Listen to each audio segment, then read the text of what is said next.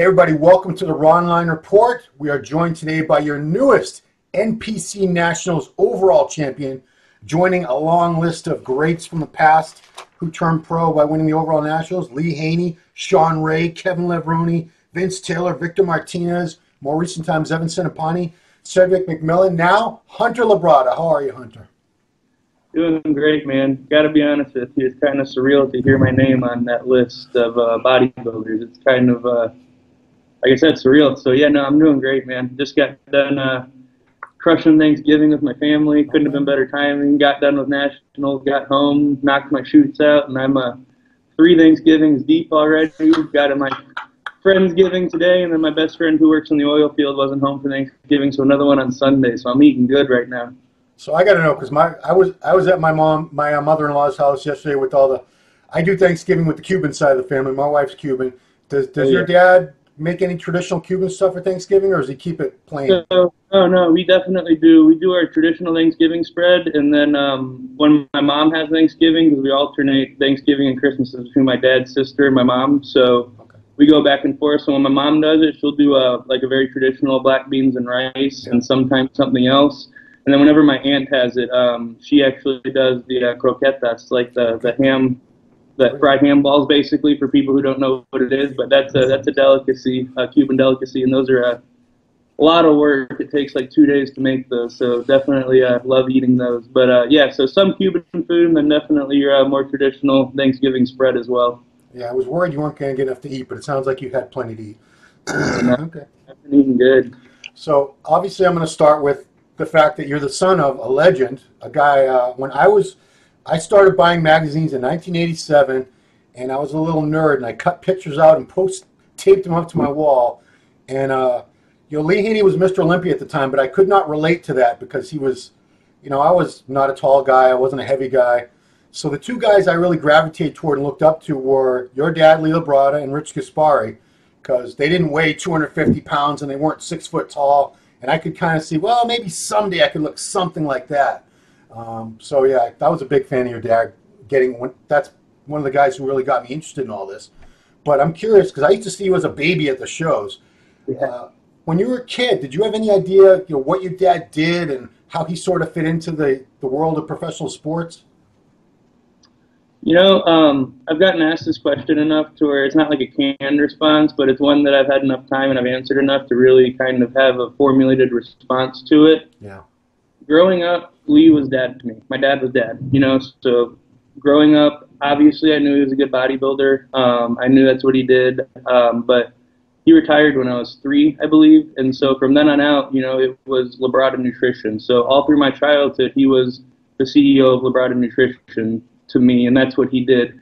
To be honest with you, as time went on, and I started attending the shows with them, just kind of tagging along with them, and I'd be walking around, and we'd have to walk 10 minutes somewhere, and he'd get stopped by 30 people, like at an Arnold Classic or something, something like that. It's like, oh, okay. Yeah. And then as I continued to kind of go down the path I was going, whenever I finished up playing football, I decided to quit football and, do bodybuilding at 19 years old. Yeah. Whenever I truly immersed myself in the bodybuilding and really just became a student of the game, it's one of those things that truly started to realize, just how great he was at what he did. And it's funny, he has all of his Olympia medals and all of his Grand Prix medals and stuff framed at the house, and it's hanging above the bar in the living room. And growing up as a kid, I'd look at him and say, oh yeah, that's cool, that's cool. But now that I'm I'm living this is what I'm doing. I'm trying to do it professionally. I'm trying to reach the level he made it at. Yeah. I look at that and there's 7 top 4 Olympia medals. Yeah. In that, with 2 second-place finishes, and it's like at the time when I was a kid growing up, I knew he did well, I've been told how good he was and how great of a bodybuilder he was, but now that I'm doing this and now that I'm living it, he truly is one of the best to ever do it, and those medals, I see them, and so many people strive just to earn a qualification to that stage, let alone to finish top 4 7 times in a row. So it's definitely something that when I was younger hadn't really set in on me.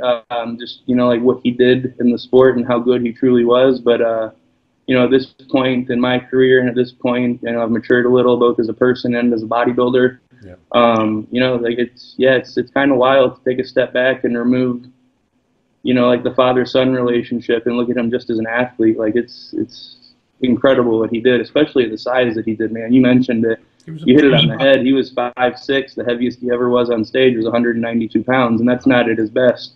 The best he ever was 186 to 188. And like you said, he was battling it out with Lee Haney, who was every bit of 6'1", 6'2", and 45 pounds on stage. So, for him to be able to stand next to people like that truly is a testament, to his conditioning, his shape, his symmetry, everything. So it's really cool to have, grown up with him being one thing and kind of have him turned into another thing, as I've realized how influential he's been in the sport, for sure. I feel very blessed to call him my dad. And we talk a lot of times about guys who should have won in Olympia, controversial finishes, because we just had Sean Roden win, and in many Mr. Olympias I've been to were very similar situations, but Mr. Olympia kept his title even though he really shouldn't have. And that year, Lee Haney knows I love him dearly and have nothing but respect for him. But 1990, I don't know how deep you go into the nerdy content. Yeah, okay. I'm very, very aware. Yeah. 1990 was the year they drug tested the Olympia, and a lot of the guys looked worse for wear. The big guys especially. Well, the ones that failed the test, they look great, but that's because they were still using everything. But Haney was washed out, smaller, soft, and your dad, because he was a smaller guy, it didn't seem to impact him as much, and I would have given him that Olympia that year. Yeah, well, just facts about that Olympia, 1990 Olympia. Lee, my father, was actually ahead of Lee Haney going into finals. He was ahead after prejudging, so yeah, it was that close. So, but he lost because your dad was such a horrible poser, right? Huh? I'm being sarcastic because he lost in the posing round, right? Oh, yeah, right. Haney wasn't a bad poser, but your dad was like a next level poser. He was all right. Yeah, no, he was. He was all right for sure. When I'm putting routines, I don't compete anymore. But I used to look. I used to go to YouTube and look at his routines. Bob Paris. Your dad was always going. We'll get to the posing stuff later because, yeah, you're definitely got shades of that. You've definitely put your work in to become a very good poser. But so did your dad ever? I don't think he ever pushed bodybuilding on you. Did he want you to start weight training, or you just started weight training for football when you were a kid? So bodybuilding was never pushed on me. If I'm being honest with you, it was never something he strongly told me not to do. But it was something that, like any father who has especially been there and done that and knows what it takes to be a top-level pro, I mean, I don't necessarily think you'd want to push your son to do it that way. Right. That being said, I'm passionate about what I do. I love this sport. It was something that I was going to do regardless of whether or not I had his support or not, and I think he realized that. So, that's how we just kind of got on the same page about, I'm done with football. I'm bodybuilding. I want your help. I want you in my corner. I think I'm going to be way healthier. I think I'm going to be way better of a bodybuilder with you in it than without you, but I'm going to do this. This is what I want to do. That's basically how the initial conversation went, and there was never any real pushback from him because I think he really saw that I was serious about it. I was passionate about it. And yeah, but getting my start, it's kind of funny because Lee, I always call him Safety Steve. It's his nickname in my family is Safety Steve. So growing up, I started playing football, and I was, dripping wet at 4'11", 88 pounds my 7th grade year. Been playing hockey since I've been 4 of those. I was definitely scrappy. I played cornerback. I actually started on the 8th grade A team as a 7th grader. Wow. And then, from there on out, every single year from that time until I was a senior in high school, I actually put 15 to 20 pounds on a year. Now, granted, I'm growing up in addition to putting on muscle, so it's not like still. Yeah. So, absolutely fell in love with the weight room. Being in there, getting better for football, it was one of those things that took a lot of pride in the fact that, by my senior year, I had every single record for skill position players at my high school, all the lifts, the only one I didn't have was 40. But anyways, so absolutely fell in love with the weight room. But it's funny because I'd be coming home like after my workouts when I was in like ninth, 10th, not like ninth and 10th grade. By the time I was in 11th and 12th, he was like, okay, he knows what he's doing. And I was a pretty thick kid by then. But, like ninth and 10th grade, I'd be coming home and be like, Dad, I squatted 315 for the first time today. Wow. And he'd be like, whoa, hey, let's be careful with that. I don't want you hurting yourself. Instead of getting excited, and that's understandable. But it was never one of those things, he was never like, oh, put more weight on the damn bar, or you call that a lift kind of deal. Like, it was never like that. He was always very, very supportive and, almost even cautious with me. So definitely never felt pushed or pressured from him. I mean, I would expect nothing less from him. I'm sure even if he encouraged you 100% to go after bodybuilding from an even younger age, I'm sure he would have wanted you to be safe and injury-free, because he would never want you to be one of those guys by the time 35, 40, they're half crippled or, hip replacement, slip discs, this, that, and other. That's one of the things, we talk about my dad. Out of everything he did in his career, the couple of things that I'd like to be able to say and do by the time I'm done with my career is I'd love for people to talk about me, about how, genuine and nice of a person I am before how good of a bodybuilder I was, which is definitely something that Lee has going for him. Also, he's 58 years old now, and he's never had a major surgery. He is still very active. He's never had any kind of, like soft tissue, catastrophic injuries, this, that, and another. He gets out of bed in the morning. He doesn't need to pop like 4 leave to get going kind of deal. Like, he still has an extremely high quality of life, even after the professional career, which is not something you can say for a lot of the people, for his contemporaries. And then as you go on past him, even like younger, people's health is in shambles. Yeah. So, I always say there's life after bodybuilding. I'm not trying to kill myself to do this. I do it because I love it. I don't do it for any other reason than that. And, so, let's throw in there, your dad looks phenomenal too. No, it's pretty wild how he looks, man.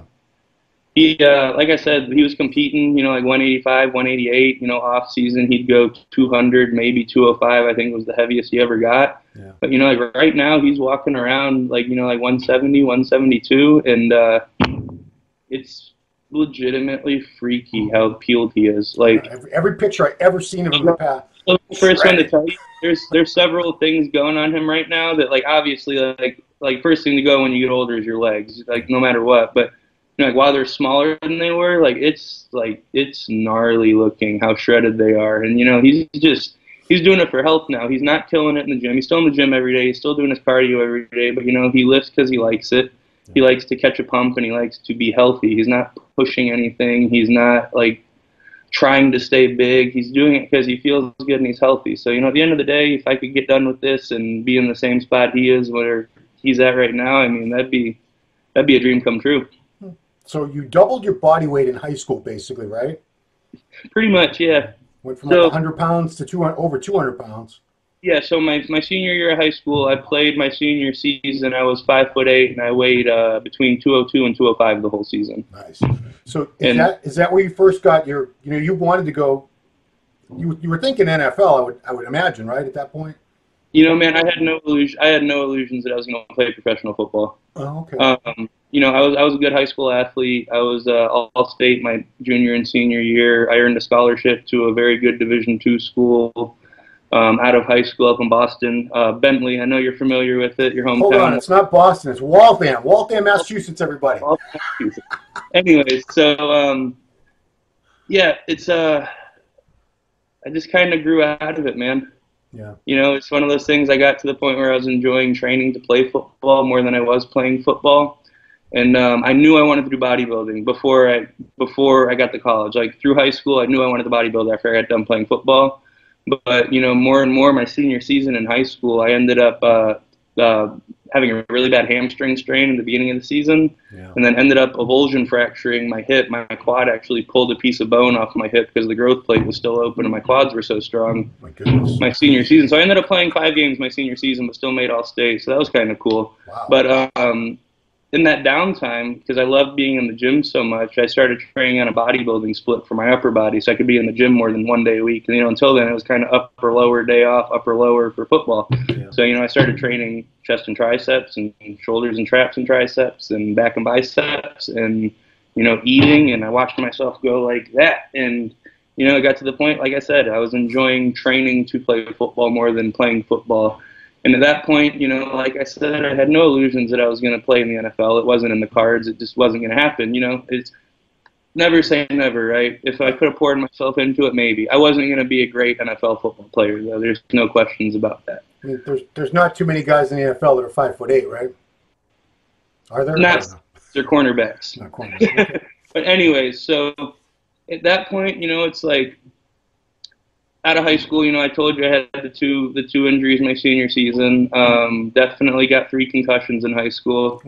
It's one of those things, it's you're a play away from a catastrophic injury. In football, it's not if you get hurt, it's when and how bad. Yeah. And to that point, I hadn't sustained any injuries that, affected my physique at all. And I made the decision, I want to do bodybuilding. I'm done playing football. I don't want to run the risk of, blowing out a knee, breaking a leg, this, that, and another, and doing something that will affect my ability to bodybuild. Because, even then, I truly believed in my heart that I could be a, world-class bodybuilder. And, I still believe that right now, and I'm keeping my head down and working at that, and I'm going to make that a reality for myself. So I love football. It was my first passion for sure, but I feel very blessed to be able to say I got out of it minimally scathed. So, yeah. Now, did you finish school, or did you have a backup plan, or are you all in for bodybuilding? So, I finished out the first year up there in Bentley, and then I transferred back home to Texas A&M, and I finished out my degree at Texas A&M. I graduated with an undergraduate degree in economics. Okay. So I finished school. Right on. Genetics-wise, I know facially you look like a clone of your dad. I mean, it's eerie. But I mean, tan on. It's whenever I have the tan on that everyone like freaks out because, I know where you're going with this, the genetics. Well, I'm curious. I don't think you're not a clone of your dad. I mean, you must have some genetics from him and some from your mom because you're taller. So I mean, what do you think you got from him, and what do you think you got from her? Definitely got my mom's height. Definitely got my mom's skin. Definitely got a lot of his upper body genetics. Like, it's actually kind of creepy how similarly shaped our triceps and biceps are. Definitely kind of creepy how similar our abdominal walls and our intercostals and serratuses are. That being said, from the waist down, I don't know if it's a difference in training style and just a different era in bodybuilding, or if I just, have different leg genetics than he did. But, my dad didn't have much of an ass, and I definitely have a huge ass. And then my dad's legs were awesome and proportionate to his body, but, my legs are much larger. Much larger. They're a very strong body part of mine. So I think that's, a twofold thing, because when you look at my dad and you look at me, I'm a lot thicker boned than him. Like, my joints, like my wrists, my knees, my ankles, it's like we always joke about, like, I have like Neanderthal wrist. I have like a 9-inch wrist. So it's one of those things I always joke with him, because like, can I have your little wrist so I can look even bigger? But so the bone structure that I have, I definitely feel is bigger than his. I feel like I have a bigger frame than him. And then obviously you hit it on the head. I got my mom's height, thank God. Yeah. My mom's 5'11". My dad's 5'6". So Robin. Her name's Robin, right? Yeah. So kind of split the difference between them. Definitely 5'9". Not 5'10", but definitely 5'9" or a little bit over. So what I'd like to think is perfect bodybuilding height for men's open. Yeah, and I mean, what'd you weigh when you won nationals? So nationals, I weighed in at 240 on the dot. Okay, so you got about 60 pounds more than your dad at his best, roughly. But yeah, my dad nationals, he was a middleweight, obviously. So it's funny, I was actually 66 pounds heavier than him when he won his show. Yeah, I mean, I think when I met you, it was probably about 8, maybe even 10 years ago. It was a long time ago, because I think you were just becoming a bodybuilder, so to say. You were probably like 20 or 21 at the oldest, and the first thing I noticed was the frame. Like 5'8", 235, like 15% body fat, looking like a little butterball turkey, probably. That sounds about right. Yeah, but I mean, I could see the frame. I could see the clavicle width. I could see you were going to be a large person, a much larger person. And I said, I hope he's got his dad's shape and everything, because if you put that together with this frame and, look out. That's going to be quite a package eventually. And yeah, as we see now, it did turn out to be quite a package. I got to give your parents credit for one other thing, aside from making you. The names they chose for you have 2 younger brothers. So Hunter's a pretty cool macho name, right? What are the other names? Blade, Pierce. So wow. It's kind of funny. So I was named after one of my dad's really good friends in high school. At the time, Hunter was a very uncommon name, to the point where when I was growing up, I hated my first name because it was so uncommon. Like I wanted to have a normal first name. Like Hunter was weird, So now it's a pretty common first name for males. Blade, the middle one, he was actually named after another one of my parents' friends. And they really liked that name, and they just kind of went with it. And at that point, they really hadn't thought about, like Hunter and Blade, like whatever. And the last one, Pierce, they liked that name. My mom was a fan of Pierce Brosnan. Not that they named him after Pierce Brosnan. That's kind of like what popped the idea into the head. And at that point, they realized it's like, okay, if we name Pierce, it's going to be Hunter, Blade, and Pierce. Yeah. And it sounds a little bloodthirsty, but they're like, you know what? They're not all going to be together all the time, so whatever. We're going with it. So yeah, we are Hunter, Blade, and Pierce, and I swear we're not bloodthirsty savages in the Labrada family. I was going to ask if there was like a method to the, that they did that on purpose to make like a sentence out of it, but I guess not. It just worked out that way. So 19 is when you decided I really want to pursue this bodybuilding thing. When did you do your first show? How much time went by before you felt you were ready to compete? I'm glad you asked this. This is something that I really wanted to talk about, and I haven't talked about to really anyone in depth yet. Okay. I decided I wanted to bodybuild when I was 19, and I did my first show at 25. Wow. So my first show was in 2016, and let me kind of get the ball rolling and why I said I wanted to talk about this. I knew what I wanted to do. I knew the level at which I wanted to do it. There was no point for me at 21 years old to do a show and cut myself down from, the 220 pounds that I was to 180 pounds. There was no point to do it.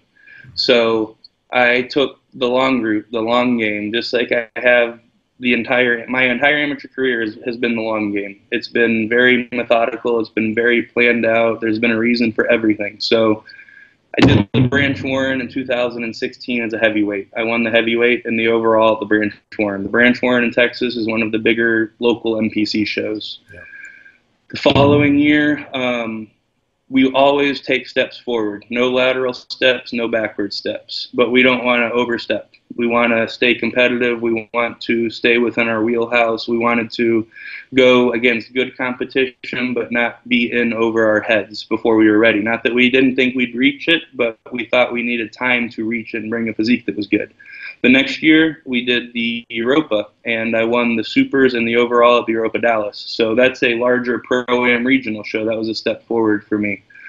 Fast forward the next year, and then after that show was actually when I got hooked up with Andrew Vu, who is my prep coach now. And him and I made a very, very, very big change to my physique very quickly. And our first show together was the Junior USAs in May this year.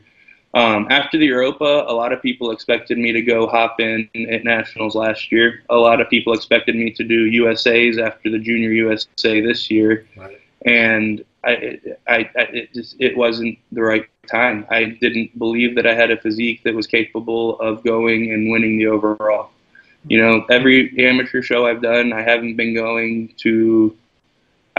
like, okay, I really want to place top 3 of this, or I really want to win my class. No, I want to win the overall, and if I don't win the overall, it's a loss in my book.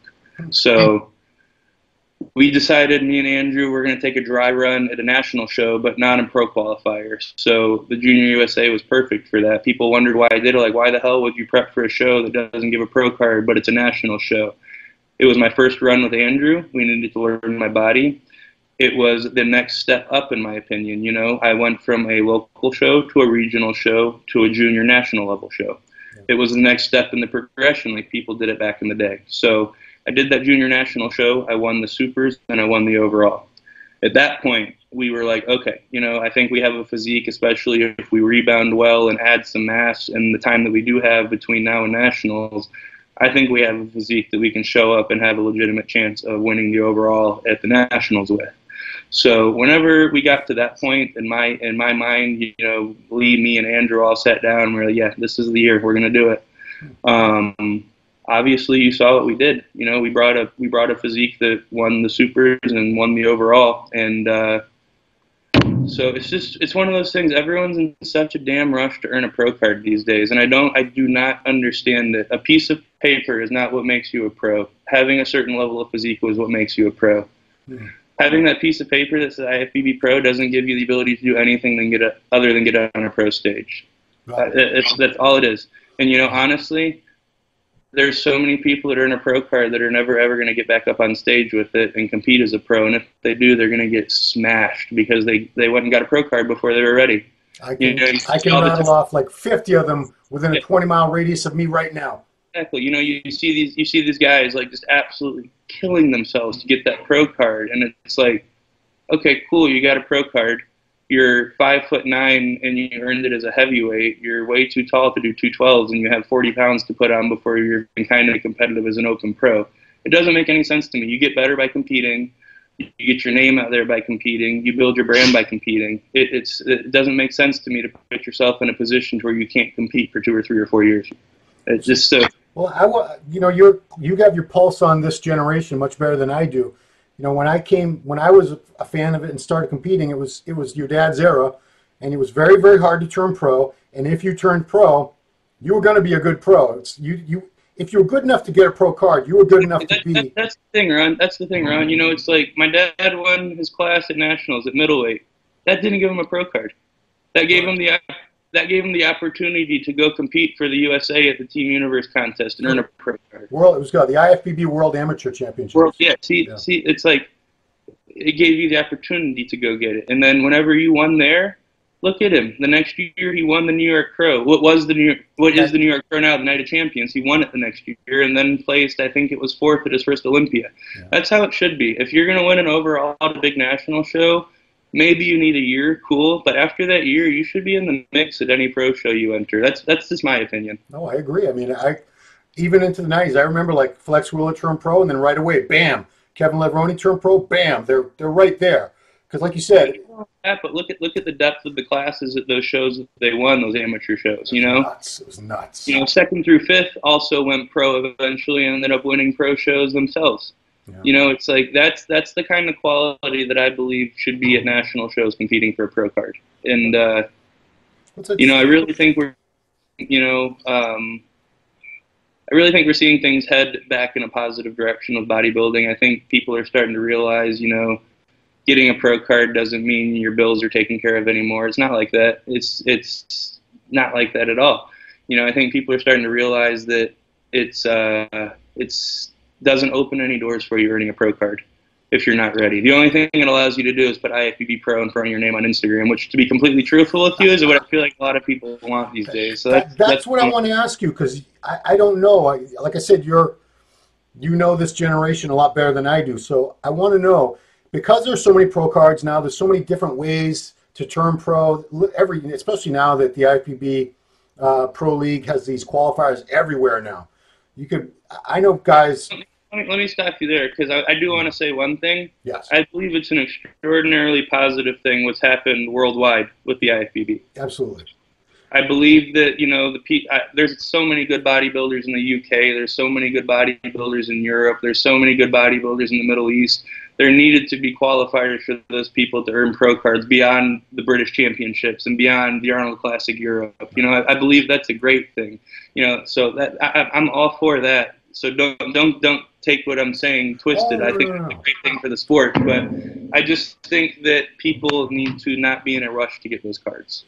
See, that's what I want. What do you think? And this is obviously we're just conjecture here. Do you think most of the people, and I'm talking most about Americans, because that's where we get most pro cards now are given out to Americans, because we have so many different ways to turn pro.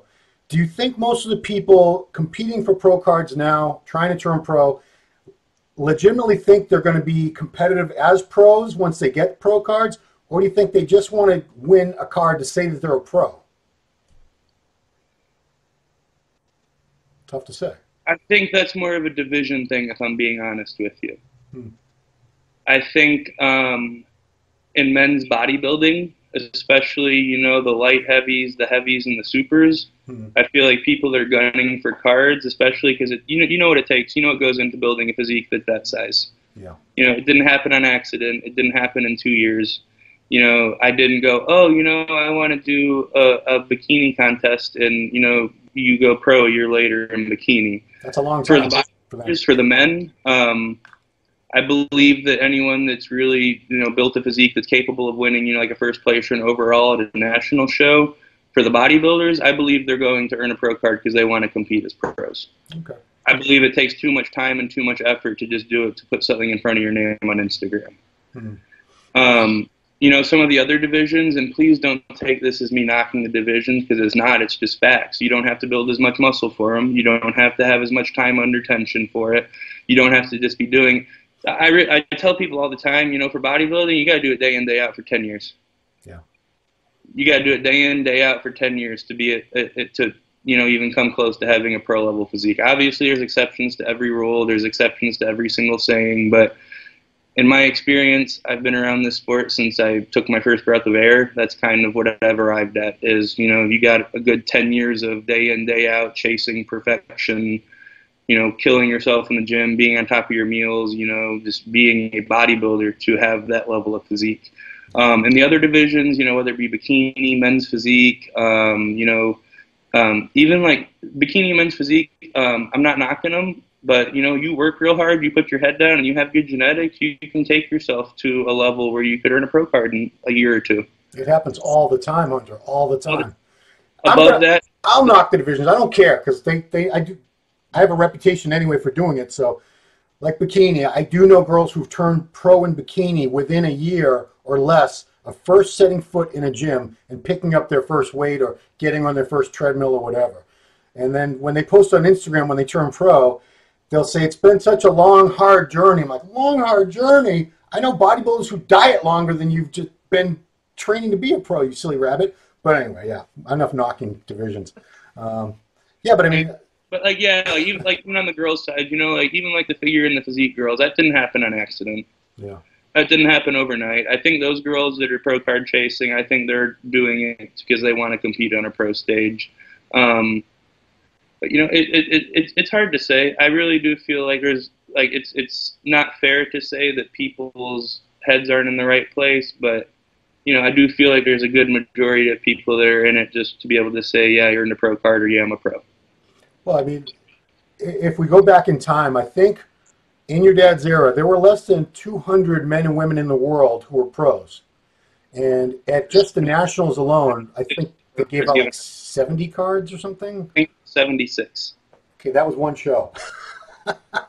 So a couple of those shows, you got all the pros that existed in the 80s in the world at one time. It's a lot of pros. Let's go. I don't want to harp on this whole issue, so let's move on. This is something I asked you if it was okay to talk about. You and Sergio Oliva are both sons of legends. You were both with your dad's company, Labrada Nutrition.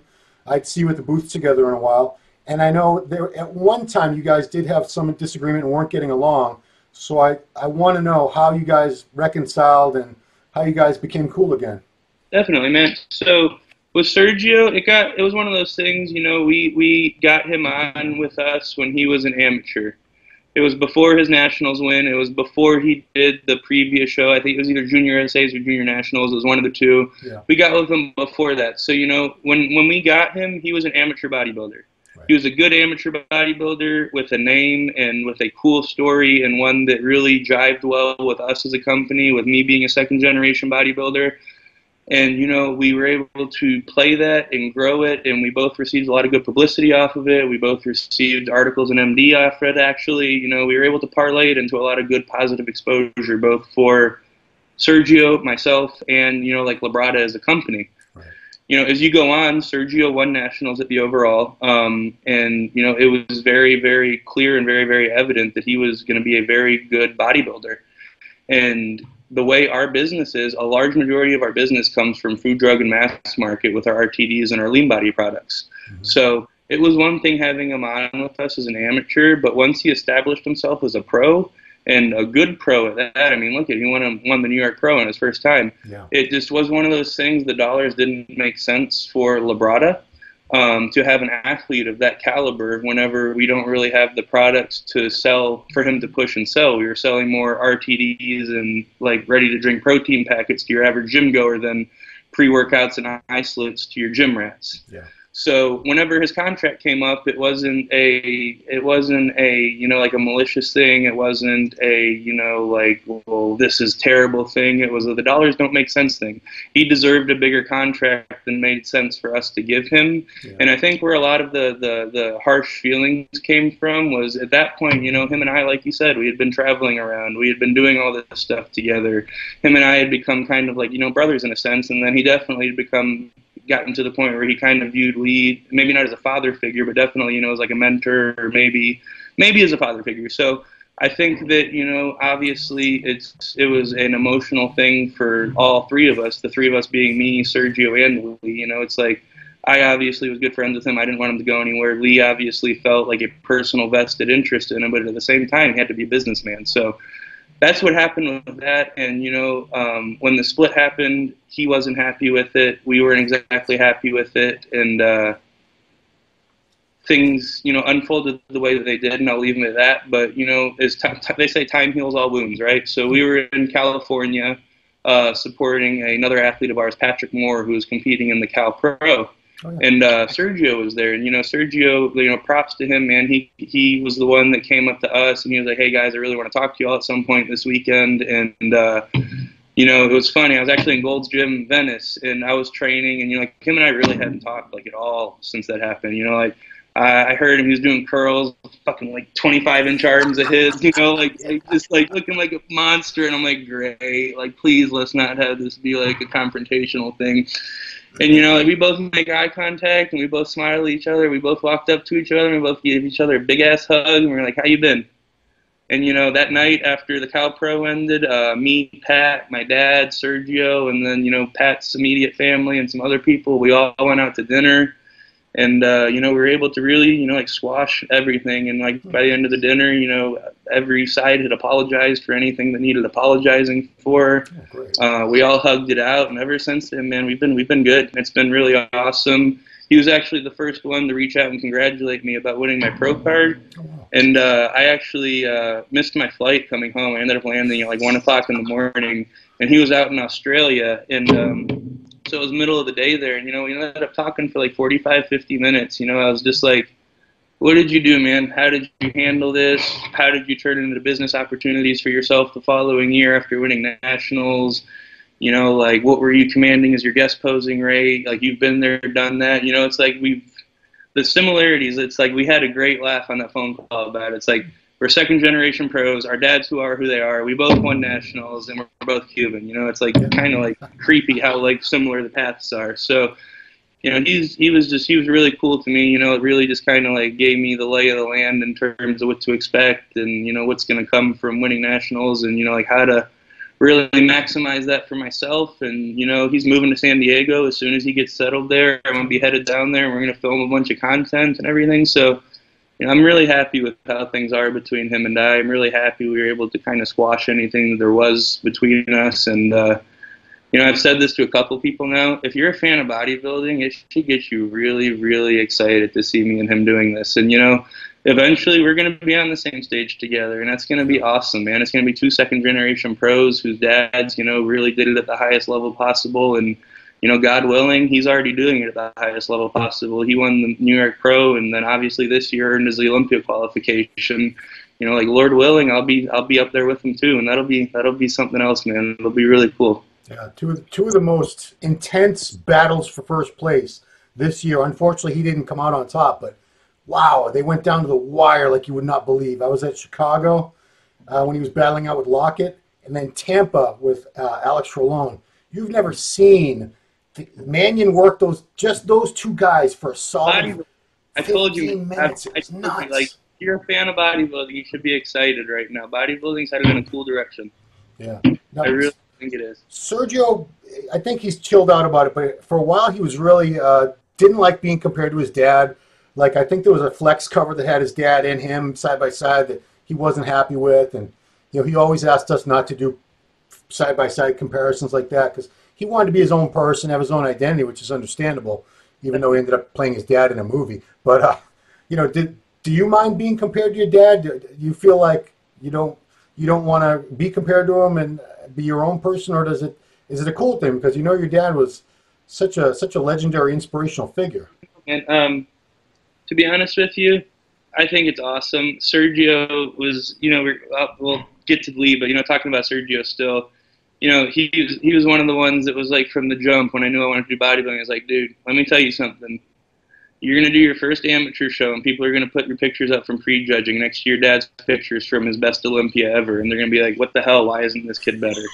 And, it's like, so, like stuff like that, like I'm pretty good, like I really am pretty good about letting stuff roll off my back and not letting people get to me about anything like that. If you aren't in my inner circle, if you aren't someone I'm talking to regularly, I really couldn't give a shit less what you have to say about me. But, as far as, like, do I like it or not like it? I love it. It's like I'm getting to do what I love and what I'm passionate about with my dad, who's also very passionate about it and loves it. Obviously, people talk about, like filling his shoes or, like continuing a legacy or this, that, and another. I don't feel pressure to do that. Obviously, I want to do as good as I can for myself and no one else. At the end of the day, I'm not going to feel like I failed if I wasn't able to do it at the level that he did it at, because at the end of the day, I know that I am putting every last bit of everything I have into this, and you can't do any more than that. You cannot do any more than your best. And I can look myself in the mirror at the end of every day right now and say, you are doing your best. So I get a peace of mind from that. And then, getting back to, like, is it, like, cool or not? I think it's so cool. Like, people are always, like, tagging us and stuff, and I'm seeing pictures, like, I told you we have, like, eerily similar side triceps. Like, seeing people put our side triceps next to each other and stuff, man, it's super cool. I think it's a testament to our sport, too, that it's, like a second-generation thing, that I'm able to do it with my dad, and that he's as healthy as he is, and that, like, I'm coming up and doing it. So there's no negative feelings about getting to do it with my dad. Obviously, we're father and son, so we butt heads pretty good about stuff sometimes, and that's not something the public will ever see, but that's interesting sometimes, getting to do it with him, because obviously, like I said, he did it at the highest level possible, so he has his opinions and thoughts about how things should be done, and they don't always match mine. So, sometimes we butt heads, and that's not always fun, but like I said, that's not something the public will ever see. As far as, the public eye goes, I enjoy being in the public eye with Lee. I think it's really cool that I'm able to do this with my dad. I think it's really cool that we're able to share a passion together. I think it's really cool we're able to work together on the business side of things. With Labrada, that we're able to, I'm able to help him grow something that he started, and hopefully I'll be able to, take it to new levels with him. So it's all good, and I got nothing but love for my dad, for sure. Yeah. Do you work for the company? Do you have, like, a position in the company? Yeah, so it's kind of changed over the years. I started working at Labrada. I've worked at Labrada in some capacity since I've been 16 years old. From the time I was 16 till the time I was 18 and graduated high school, during the summers, I'd work in the warehouse, and then I'd deliver product to Houston nutrition stores, like just ride in a van and deliver products. Yeah. Once I graduated high school and was off at college, during the summer vacations and the winter vacations, I was able to transfer more to, like an office assistance role. I'd help our R&D guy a lot with our certificates of compliance and, like R&Ding new products and this, that, and another, just kind of being like Swiss Army, the office Swiss Army knife in terms of, like helping people out with busy work and stuff. In addition to, this is the cool part, I was able to, sit in on the management meetings. I was able to sit in on the marketing meetings. I was able to sit in on the content planning meetings, truly get basically like an internship as to how the business is ran in addition to working. And then when I finished up my degree at A&M, I came to work full-time for Labrada. I was working 40 or 50 hours a week for Labrada on the marketing side of things. I was a social media marketing executive. I was part of the marketing team there, launched a lot of programs. I was also heavily involved with the R&D on a lot of our products, Supercharge, Recharge, the branch chain formulations, all of that. I'm super passionate about supplements and what we do at Labrada. We make great supplements. Hopefully that's no secret to anyone. We've been around for 25 years. We're not one of those companies that have really ever had a black eye from using XYZ FDA banned ingredient. We keep things above board. But, you know, all that aside, we spend a lot of time, money, and resources into, you know, telling people how to live a healthy lifestyle. We don't say you need to take all of our supplements to be healthy. No, we say you need to eat like this, you need to drink this much water, and you need to fill your nutritional holes with some of these supplements if you want. You know, like we provide. I hate to interrupt, but didn't your dad take on a personal responsibility years ago when Houston was declared like the fattest city in America? My dad got declared the fitness czar of Houston whenever Houston was the fattest city in America for like God knows how many years running. Yeah, and you know, he did like a lot of radio campaigns and TV stuff with the then mayor, and actually got us off the ¡1 spot. I think we got down to like 4 or something, right? So, no easy task. Definitely. Stuff cooking is good, man. So Andrew Vu is your coach now. He started last year or so. Was the first year working with him? I picked up with him right after the Europa, pretty much. We were talking. You know, I'm obviously sponsored by GASP, so I was up in Dallas a good bit after that Europa win, shooting with them. And Dallas. Andrew's a Dallas guy. He lives up there. So, you know, before I knew who he was and before, you know, I built a relationship with him, I knew that I wanted a coach that could see me in person, you know, not all the time, but, you know, like Dallas is 3.5 hours from here, so I can pop up there and he pops down here all the time. So I knew that's what I wanted. I wanted a coach that, you know, I could see in person. But beyond that, and I've said this in a couple interviews now, I could work with whoever I wanted to. I don't say that to be cocky. It's just the truth. I could work with whoever I wanted to. Yeah. And I choose to work with Andrew. First and foremost, honestly, because of how well we get along as friends. With how much you communicate with a coach, especially when you're on prep, dude, I was talking with him like 5 or 6 times a day. You know, whenever you talk with someone that much, it can't just be a coach-athlete relationship. I'd end up resenting him to the point where I didn't want to listen to him. He truly has become like legitimately one of my very best friends over the last year and a half. And, you know, he's my best friend, one of my best friends before he's my coach. He makes this fun for me. You know, anytime I'm up in Dallas, I stay with him.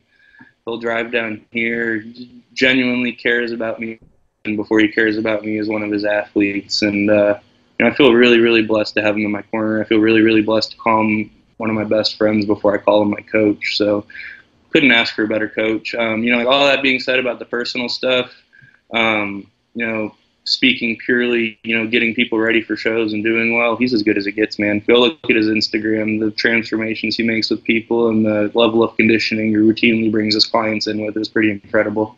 So I mean, you must be, I'm sure you've already heard from people who think there's this assumption that once you turn pro, whoever got you to the pro state, whoever your coach was up to that point, you got to get rid of them now because now they can't handle a pro. Like you need to be with, you know, there's a short list of guys, Aceto or Jansen or Hani. Well, to be completely honest with you, Ron, I believe Andrew's on that list. Okay, good. I believe Andrew's one of the best prep coaches in the country. I believe, you know, him, Chris Aceto, Matt Jansen, you know, FAC up in New York, you know, like it's not one of those things like I felt they need to get a better coach. I feel like I have the best coach already. You know, he's part of that list in my eyes. Oh, I wasn't going to suggest it. I'm just saying I know that people always start that. Always. But you know, it's not like I was getting prepped by Joe Blow from the local fitness connection. You know, he's as good as it gets in my opinion. He was as good as it got before I got with him. So, yeah, Hunter, I hope you feel some vindication now because I believe it was around the time you did the Europa and you won that, and you didn't immediately do the USA or Nationals. People were talking crap, thinking Hunter's afraid of doing the Nationals USA. You know, he's dodging the pro qualifiers, thinking that you were just sticking with the easy road and winning smaller shows, you know, not realizing you did have a master plan and you didn't want to compete. You didn't want to turn pro until you're ready to be a good pro. You know, I hope some of those people are looking at themselves and going, oh, okay, now I get it. I mean, have any of these people contacted you yet to say, I get it now, Hunter, I get it? You know, man, honestly, it was never something that I let bother myself bad enough to even remember who was saying it. It'd be one thing, you know, like if I did like the Branch Warren and then the next year I did like the East Texas Nowhere Classic and then did the, you know, like the whatever, you know, like Hillbilly Classic and then, you know, maybe went to the Europa. But like I said, I did 5 shows as an amateur. I won 5 shows as an amateur. I won 4 of them overalls. Yeah. Every single one of those shows was a step up every single time. Right. I did the Branch Warren. I won the heavyweights and the overalls. 3 weeks later, I went to the San Antonio Extravaganza, which is a pro-am, and I learned a really good lesson, and that is don't do a show 2 weeks later. Despite dieting even harder and doing more cardio, I ended up coming into the show like 9 pounds heavier. I won the supers at that show, but I didn't win the overall. Mm-hmm. Next year, I went to the Europa, Dallas, which is the biggest show in Texas. Yeah. I won my class on the overall at that show. The next year, I went to a junior national level show, so a definite step forward. I won my class in the overall at that show. And then later that year, this past weekend, I won my class in the overall at nationals. Yeah. For anyone to say that I was dodging anything, I mean, take your foot out of your mouth. You know, I was taking my time with things, but I wasn't dodging anything. And if I'm being completely honest with you, if I would have went to nationals or USAs after the Europa, I would have gotten my shit wrecked. Yeah. You know, let's just call it what it is. I would have gotten my shit wrecked by, you know, if I went to USAs, Pat Moore would have beat me, Matt Berzicott would have beat me, 2 or 3, like the whole top 5 would have beat me, honestly. You know, so it's like. See, you have a strength, an objectivity that's rare. Very rarely can anybody look at themselves and look at these other guys and saying, I'm not ready. That guy, I can't beat that guy yet. I need this. I need that before I'm going to beat this guy and that guy. The key word is yet, because I don't want it to sound like I doubt myself, because I really do believe that I'm going to take this all the way. Like, at the end of the day, like, I believe that with every bone in my body, I'm going to take it all the way. But at the same time, you know, it's like, I'm not going to say pick and choose your battles, but, you know, it's like, you know, don't get yourself into a battle that you're not ready for if you don't have to. It doesn't make any sense. All right. So you've had a whole 6 days to think about this. So what's next for you, Hunter? What's next? What's next is I am going to get myself healthy. So I was supposed to have shoulder surgery before this prep. Oh, geez. I ended up banging out the whole prep on what is a beyond excruciating case of bicep tendonitis. And it's looking like, Lord willing, there will be no surgery because, you know, through very aggressive, you know, deep tissue, very regular PRP and anti-inflammatory injections, and, you know, just doing dry needling, everything under the sun to, you know, like literally I make a joke because like my shoulder was held down by duct tape and bubble gum this whole prep. But you know, it was able to get better. Because to give you an idea, I didn't train upper body from the waist up for 4 weeks at the start of this prep. You did no upper body work for 4 weeks? For 4 weeks, because I had to get a PRP shot and my shoulder was so painful I couldn't literally lift my arm above my head. And so it was one of those things. I was devastated, man. And I started this prep off in a pretty bad spot because, you know, like I had a vision for how this year was going to go, and it got to the point where it's like I legitimately could not like pick my arm up with any weight in it, let alone, you know, train to win nationals. So it's like I got into really bad depression. I was eating my feelings. You know, just I wasn't in a good place for a really long time because of it. You know, it's like one of those things. You know, sometimes you just got to pick yourself up, dust yourself off, and get back to it. And you know, between what I was able to do therapy-wise, and then between, you know, like the people I had in my corner, Andrew, my dad, my girlfriend Misty, you know, like everyone, you know, did their best to keep me positive and really keep my head screwed on. And you know, I feel really fortunate to say that we were able to, you know, get through it. I'm not going to say it was comfortable. I'm not going to say it was fun. Told you I didn't train from the waist up for 4 weeks. Whenever I did get back in the gym, the first 3 or 4 weeks, it was one of those things. I was literally like nauseous all day from how bad my shoulder was hurting. And, you know, I didn't really want to like make that big of a deal about it to anyone until after the fact. You know, everyone wants to be like, oh, this is like, so they have an excuse if they don't do as well as they wanted to. But, you know, that's what was going on. So right now, you know, I'm not in the gym right now. I'm definitely keeping my blood moving and stuff just because post-show you can end up in a bad spot if you just turn into full-blown potato right off the bat. Sure. So, you know, keeping my blood going and stuff. But probably here in like another week or two, I'm going to get another one of those PRP shots in my shoulder.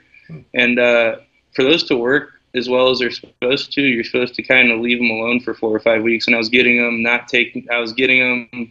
not training for 3 days and then going back to it. I was getting it more for the anti-inflammatory, the Toradol injectable than I was for the PRP, just so I could keep on doing what I was doing. So, For it to slowly but surely get better on this prep, whenever I was beating the shit out of it like I was on a bad caloric deficit with basically trace fats in my diet for the last 8 weeks, I really do believe, I keep the therapies going. I think I'll get it better without surgery. So that's priority number one is, getting healthy.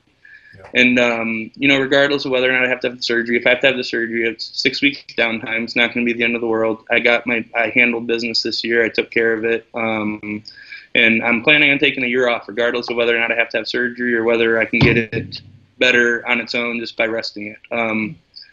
2019, really going to focus on growing myself, growing my brand, growing the Labrada brand, growing the gas brand.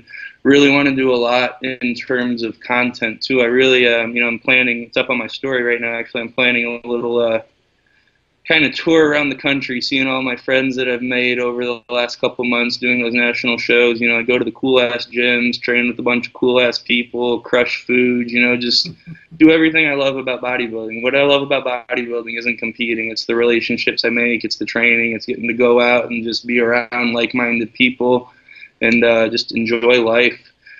So that's 2019. It's no secret, from the waist up, I need 10 to 12 pounds. So 2019 is going to be focused on growing myself, both in the gym and outside of the gym. And then 2020, I'll be getting on the New York Pro stage for my pro debut. Oh, wow. Okay. Now we got the exact show.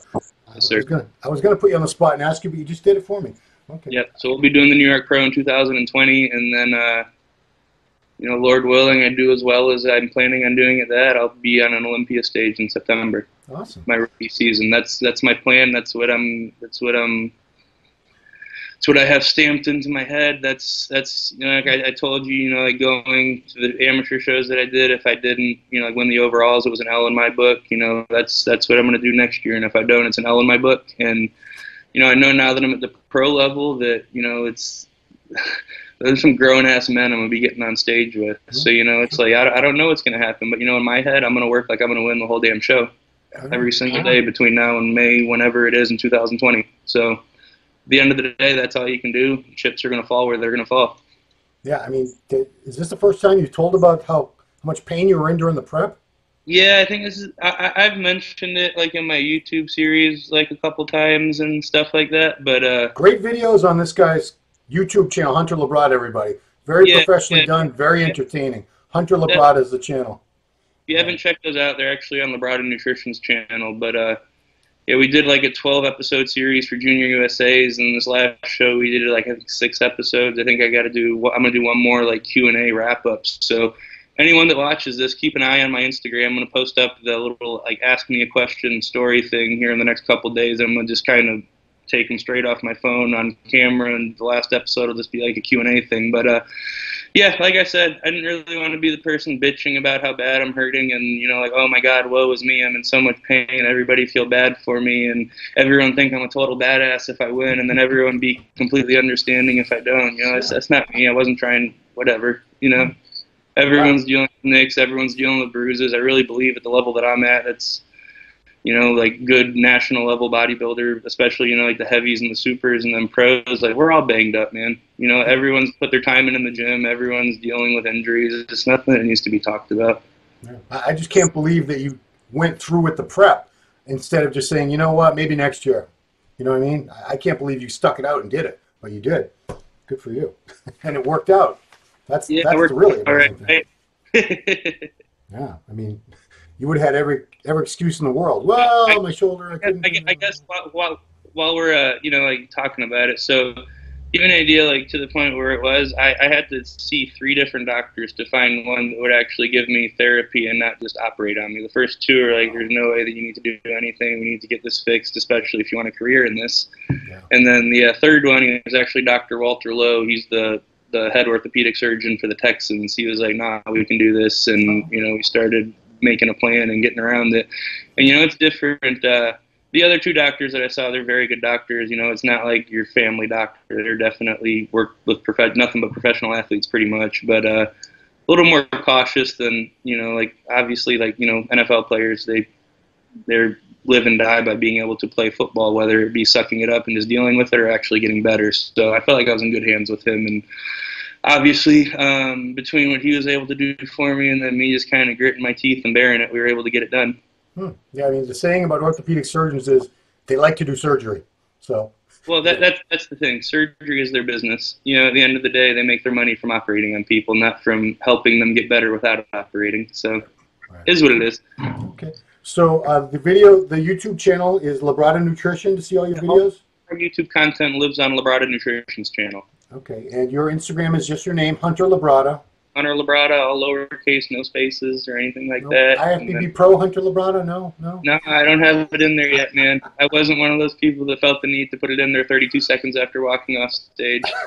I would have done it I would have had someone throw me my phone while I was still on stage and do it. That's me. But okay. Well, thank you. You've been very generous with your time, Hunter. It's been cool watching you over the years. You know, you've been in the magazines for a few years already.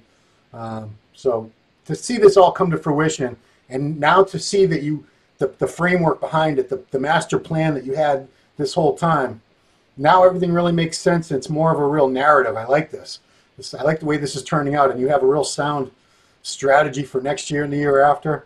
Yeah, this is cool. I'm going to keep watching. Everybody, this is a story you guys got to keep watching. Hunter Labrada. This kid's got his shit together. I like it. So, wishing you nothing but the best, Hunter. I wouldn't go that far. I appreciate that, though, Ron. as much as anybody does, anyway. All right, cool. Well, thank you so much, Hunter. Appreciate it. Everybody follow this guy on LabradaNutrition.com on their YouTube channel, his Instagram, Hunter Labrada. Congratulations, Hunter, on NPC Nationals overall champion. That is the toughest way for an American to turn pro, and you did it. So that bodes very well for your future. Not that I had any doubt that your future was in jeopardy. So, yeah, best of luck to you. And, yeah, that's it. Well, thanks for everything. I appreciate the hell out of you having me on, and hopefully it won't be the last time. So. Oh, no, we'll get you again. I'll bug you. Yeah. I'll bug you again. All right, everybody. Thanks for watching the Ronline Report. It's been me, Ron, with Hunter Labrada.